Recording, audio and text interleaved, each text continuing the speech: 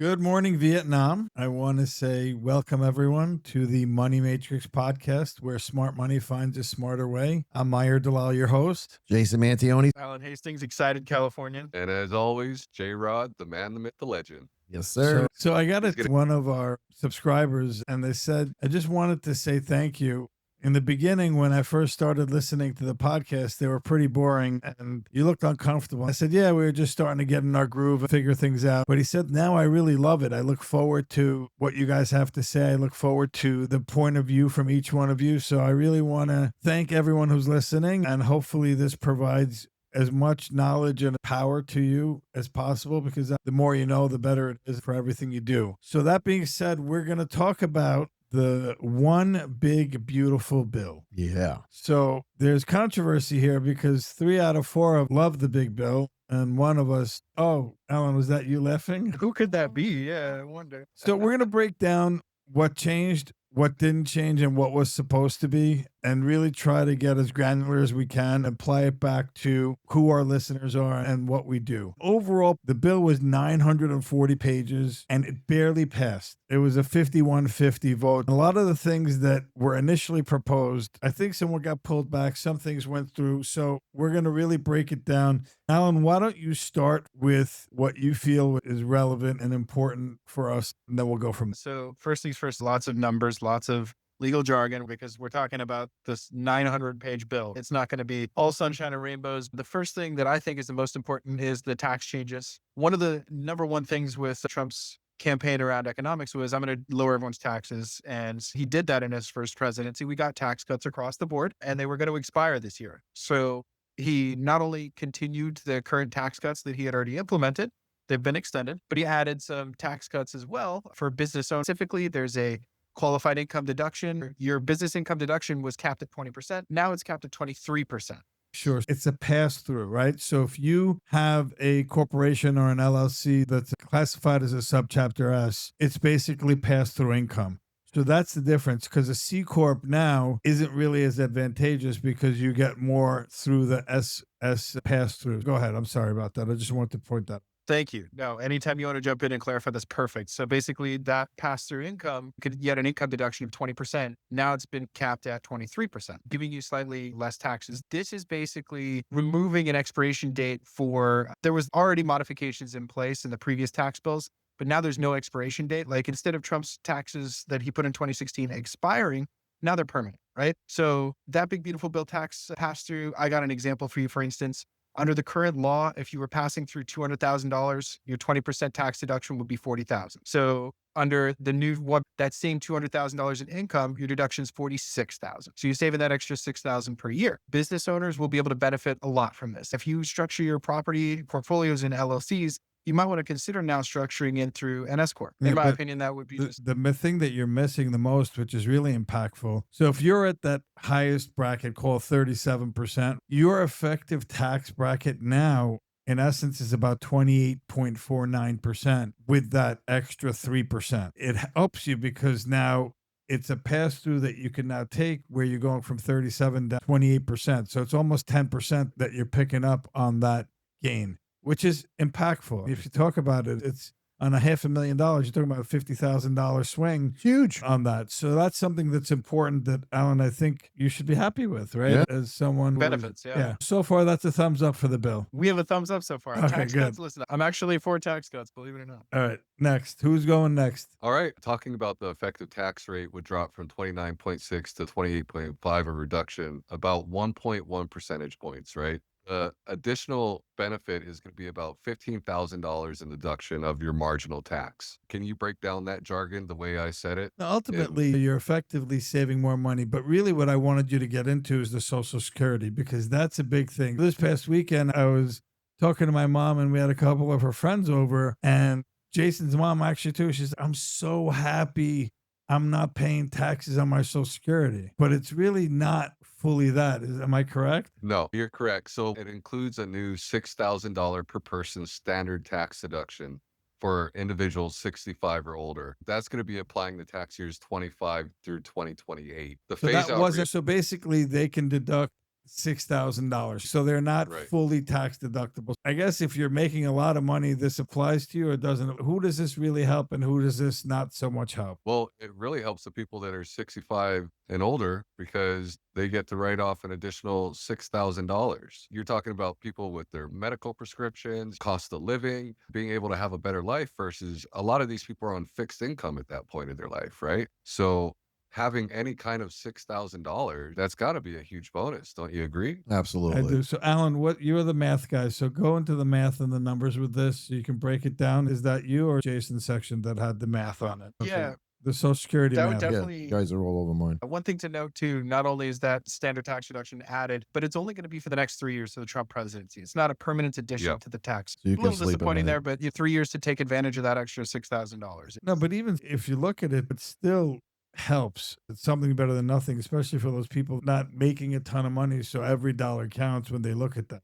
What about the SALT? That's the state and local taxes. That's a big one. Okay, that's a big one. And we had mentioned that before. Yeah, so I can grab that one for you. So the state and local tax deduction cap increased from $10,000 to $40,000. And that's permanent, right? That's for taxpayers earning under $500,000 and effective through 2029. So basically, who does it really hit? If you're in California, New York, or New Jersey, making mid six figures, you just got a $30,000 additional deduction. That translates to roughly $7,000 to $12,000 in federal tax savings, depending on your bracket. So that 30,000 is basically going to be attributed to property taxes and local different taxes that are on the local and state level, which is big because at 10,000 it's nothing. I mean, because in New York, for example, I know people whose property taxes are like $50,000, $60,000. Yeah. Yeah. And their homes are not multi-million-dollar homes. They're a couple $1,000,000 homes, but their taxes are tremendous. $500,000 home taxes are between $15,000 and $20,000 a year in a regular neighborhood.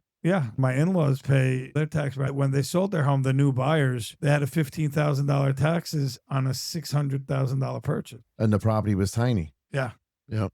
So that's a huge pickup right there. I think if you try to break down the numbers on that, it's a huge savings. It applies not just there, but also to other areas. Like here in Florida, some of the property taxes on Miami Beach and whatnot, my brother's brother-in-law, his taxes are $100,000 a year. Jesus. In Miami.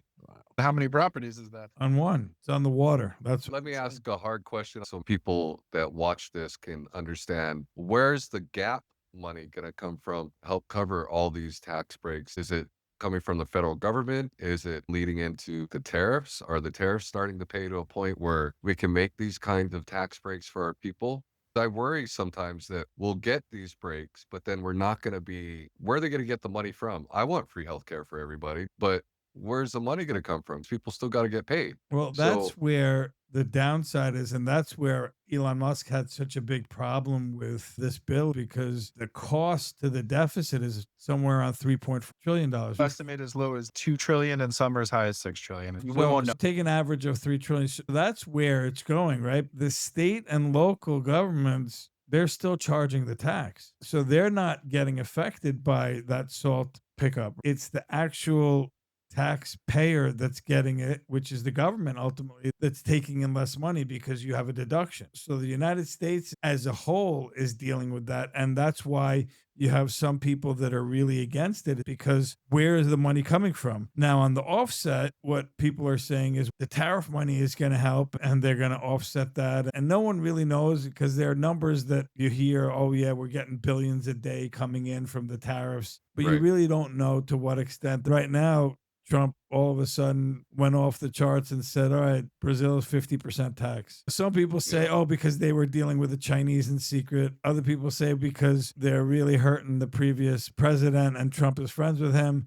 No one really knows. We really don't have any deals secured except for one, I think, was solid written out. But China is a speculation. All of these are speculations.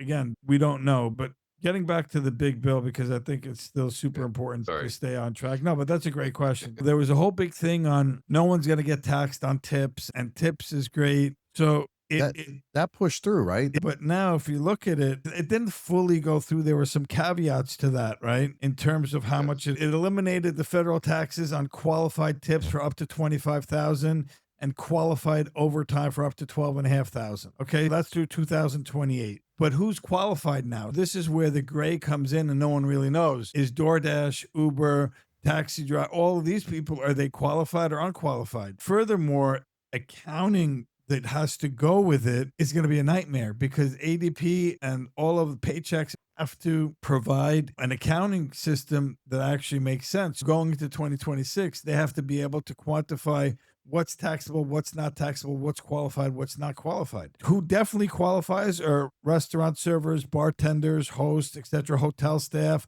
spa workers, hairstyles, taxi drivers, casino dealers, definitely the ones who qualify. And then you have the gray, the gig economy people, DoorDash, Uber Eats, Instacart. All these people are in limbo because so far they're not qualified as traditional tip type of people. For overtime, it only appears to cover 50% of the premium portion. There's still a little bit of gray involved, but overall it's good. People are happy. It's just they don't know what you don't know. And then the IRS, I don't think really knows either yet. So I think what's going to happen is DoorDash and Uber and these people, those self-employed workers that get tips, I think they're just going to try for it. There's going to be a lot more audits going on and a lot more IRS workers being hired. But the truth is the IRS going to go audit an Uber driver for an extra tips of $2,000, realistically thinking about it. No, but Yeah, go ahead. I'm going to jump in on that real quick. 30 years in the service industry, right? I don't know anybody that has claimed 100% of their tips. They always prefer to be tipped in cash. Now, where I see it affecting us in the non-QM space, helping self-employed people and how they might be, I don't know, how would you say, not threatened by the IRS, but maybe on their radar, is that they're going to start claiming more of those tips so that they can get those discounts on it. And it's going to be some shifty stuff happening in the market, in the restaurant industry, like you're saying, Meyer. How are they going to account for that? They don't have systems in They're payroll trying. companies. They're going to try to qualify now because they know they don't need to pay tax on it per se. So it's Right. How are we? So for how are we gonna look into that? restaurants, the way we would do it is we would give you full gross that up for you because you're not getting taxed on it. What we do is on certain of the retirement money you get, Social Security, etc., stuff that's not taxed, we gross it up by 25%. So the overtime money, for example, for servers will get grossed up, in my opinion. I think that's going to be the traditional calc that's going to be used. But the challenge comes in is, are they going to actually report it? And after 2028, if it doesn't get extended or anything, is their income going to be really great for 3 years and then all of a sudden they're making no income? Correct. Are they not going to claim their tips anymore? Those are the things that you're running into. We're just going to I'm keep with If I moving could in. jump in, just so everybody's aware, premium overtime, there was no tax on overtime. Premium overtime is where you get paid more than time and a half. That equates to, according to the IRS, about 10% of all overtime yearly. So instead of no tax on overtime, it's only going to affect about 10% of those people. And for no tax on tips, I get paid in tips. If you could just bill me out as tips the whole time, that'd be amazing. Thank you. I'm just going to say one thing, something to add to what I was saying. Treasury is already building measures to prevent high income professionals. Now keep that in mind from calling consulting fees tips. Expect audits if your tip income suddenly spikes or doesn't match industry patterns. So, I mean, what we're talking about. No, listen, you'd be crazy. Just all of a sudden your income goes from 100,000 in consulting income to 40,000 in consulting and 60,000 in tips. 100%. There are people that are definitely going to try to do it. The big winners in this, they're saying, are the healthcare workers. Chronic staffing shortages mean overtime is guaranteed. RNs, CNAs, and healthcare support staff could see 1,000 to 3,000 in annual savings. And hospitality. They double benefit. So restaurant and hotel workers get both tip and overtime benefits. A server working doubles could optimize both deductions. Then the gig economy that you were talking about, which is the wild card. If app-based tips qualify, millions of drivers see instant pay. If not, traditional taxi drivers get advantages over app drivers. Now, this is the one it's limited. Only FLSA overtime counts, and many high earners are exempt. So your laborers are going to see the benefit, but your supervisors or skilled trades, your electricians, carpenters, HVAC guys with the higher pay scales are not. I agree. I don't think that's fair. What's the difference? Exactly. The guys they're talking about, the skilled labor and the supervisors, those are guys that have homes. Those are guys that are working for companies for many years. They don't go anywhere. The laborers, they come and go. You bring them on when you're busy, you got a big demo or whatever, but they in and out. That's the only one I'm not happy about. What about the Let mortgage me ask you, interest? has anyone seen, although we're pointing out all these bullet points and whatnot, advantages, disadvantages, has there been anyone with the solution mindset to help these people navigate the trickery that's happening from this big, beautiful bill? Is there a solution out there, someone who's taken the forward step to say, hey, if you're a restaurant worker, this is how you're going to do it in your taxes? Because what I see is that a lot of people, now that it's there and there's so much information going both ways, there's no one really going through the facts and offering solutions and guidelines or what kind of tax professionals to look for I and think it's too what this soon. really means. It's too soon. I think you're going to see it for sure. And I think it's going to come around right around November, December, when you're about to get your W-2s and people are going to be, or your 1099s for that matter, because it'll give people enough time to digest and really figure it out. Just like AI, you're going to see Facebook, Instagram. Oh, if you're a server, contact me because you have so much to gain. I think it's just going to be a plethora of those type of ads because people are trying to figure it out. I know my accountant, and he's got two. He does the higher end of day-to-day stuff for his staff. He's got them looking into this whole thing and calling the IRS and trying to identify what does this exactly mean, so how they can monetize on this Yeah. and how they can put it out. So let's talk about now the mortgage interest deductions. Okay. What happened with that? Yeah, I'll jump in there for some numbers. The mortgage interest deductions are an interesting one. Your mortgage interest deduction remains permanent on up to $750,000 of debt. Plus, mortgage insurance premiums are deductible again. This matters a lot to people with a lot of assets and a lot of real estate. You can leverage up to $750,000 in real estate debt and deduct every penny of interest. You can also combine that with the qualified business income boost we were talking about earlier, and you're looking at serious cash flow. The QBI deduction saves you now up to 23% on your business income. SALT deductions are saving you up to $12,000 annually, and now your mortgage interest is fully deductible. Up to 750,000. Unbelievable. Yeah. And That's also, huge. mortgage insurance is now deductible where it wasn't before. Interesting. Go ahead, Jay. That helps more the investor base or the primary home resident? It's really Or- the ones that are in the FHA conventional type of loans that only put Okay. 3%, 5% down. Previously, mortgage insurance was not tax deductible. Now that's an extra pickup on the tax because that was just money that they were blowing out the door because they didn't have enough down payment money. So that's really who's going to help. It's going to help that first-time home buyer pool with less than 20% down. All right, so this is where you can now really parlay your money and invest. They made a major focus on opportunity zones. Basically, opportunity zones are census tracts in areas for low-income housing and different types of opportunities where you're going to put your money in to underdeveloped areas, develop them, real estate, whatever, and it's specifically geared for low income. What's going to happen now is you sell crypto, you sell real estate, it doesn't matter.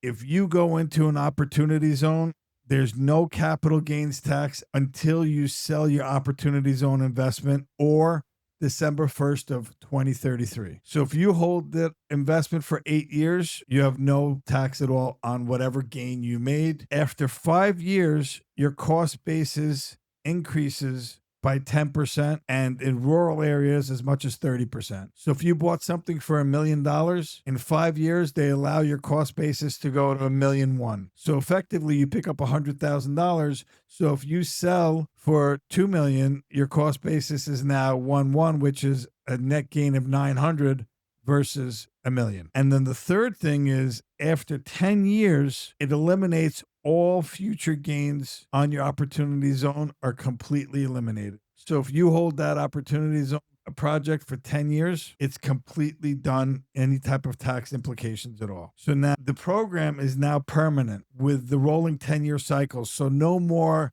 sunset down and the dates change where you have to be aware of that. So you can always know there's no real expiration. If you have, let's say, $500,000 in Bitcoin gains, you take that and instead of paying $119,000 in capital gains on it, you can roll that into it completely tax-free and you save that capital gains tax and go into an opportunity zone. If it's 1 to 5 years, there's no tax owed. The money is basically working on real estate. Beyond 5 years, your tax basis is now $150,000, and beyond 10 years, property is worth $1.2 million.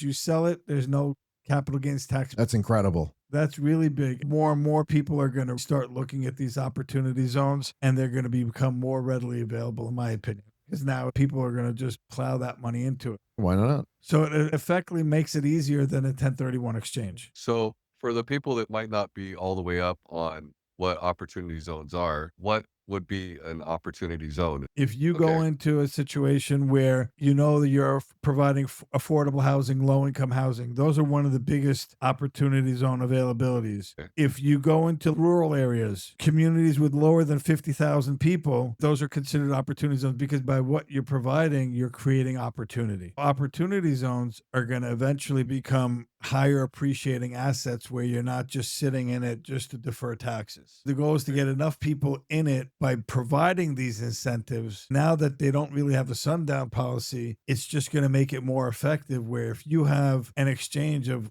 $1 million and you roll into a couple of these opportunity zones, you don't have to worry about doing the full exchange. You can plow someone to here, go into something different, because with the exchange you have only 60 days to identify a property, so it's really tight in what you do and how you do it, where this is a little bit of a advantage on how you spread out that money. Simply how I hear it is like this is his way to help affordable housing and go ahead and help support these rural communities and, like you said, cities with less than 50,000 people, and for low income housing to help bring up these places and have investors utilize their money in a place and be safe. The real advantage is that people get more opportunity to live and afford life. And you're Is making that money fair? on that investment too. So And why invest if you're not going to make money? yeah. And again, it's heavy focused on the crypto people that have a lot of money that they're worried about now. Look, I know for me, a lot of times when we had some crypto back in the day, I wouldn't want to sell because if I sold within that period of time, less than a year, it would be considered a short term capital gain. I'm paying 55%. So you end up holding on to it and then it comes down and you're like, I should have sold and just taken the tax. So now you look at it and you say, okay, I could do different things. High income earners that have these different things to think about. Now there's another way to offset your taxes. So it's another way that people with higher wealth are helping the communities through the programming that has been set up. Yeah. That was for you, Alan.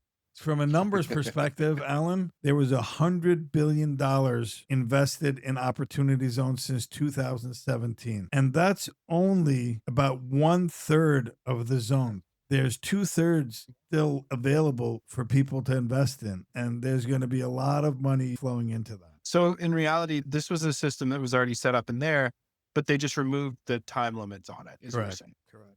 Okay, cool. Now, I have a question. Elon Musk got very upset about the whole solar credits and whatnot. What do we know about that? Do we know the who, the why, the where? When is it falling off or not falling off? Do we have any clarity on The energy shift. like the energy and the solar credits? Because I know that you were getting money from the government to go solar and whatnot, and now I don't know. I got a little bit of some information about it. The bill rolls back clean energy credits from the Inflation Reduction Act starting in 2025 and expands oil and gas leasing with lower royalties on federal land. Traditional energy infrastructure gets cheaper to develop, but renewable energy projects lose tax incentive advantages. Forget solar and drill, baby. Drill, baby, drill. Everybody's worried about the deficit, but here's what they're missing. $3.4 trillion in additional spending power creates massive opportunities for those positioned correctly. The question isn't whether rates will be volatile, it's whether you're ready to capitalize on the volatility.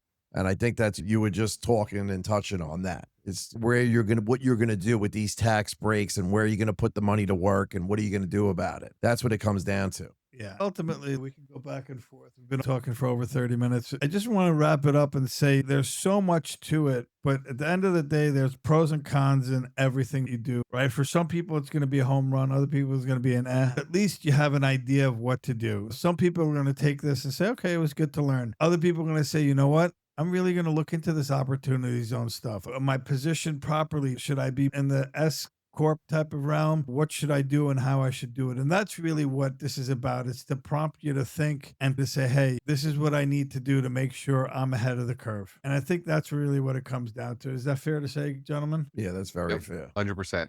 Don't wait to see Yeah. what's going to happen. Be the person that's there making it happen. I like that. Yeah. Learn like what those benefits are, right? Like this income pass-through stuff, like the tax reductions on businesses, learn how to take advantage of it. The big takeaway is you're either going to be part of the people who complains about it or part of the people who uses it to make money? Absolutely. I want to do a session because I got 2 calls yesterday and today for people. They called me through WhatsApp, and they're people that were living here who got deported but have property here and they don't know what to do. So I'm in a little bit of because they qualify as a foreign national. I have no issues with that. But the challenge I have is, can I be certain that they'll be able to make their payments? And what do I base it on? And there's a little bit of a dilemma I have as to how do I treat that? So that's something that I think we should talk about. Absolutely. Because I think I it's got a going lot to be. to I know you do. I'm chomping at the bit over there. You're going to see that more and more happening because it's evident that's going to be. And it's only just the tip of the iceberg in terms of when people realize that they have an asset. So either they sell it or they try to leverage it.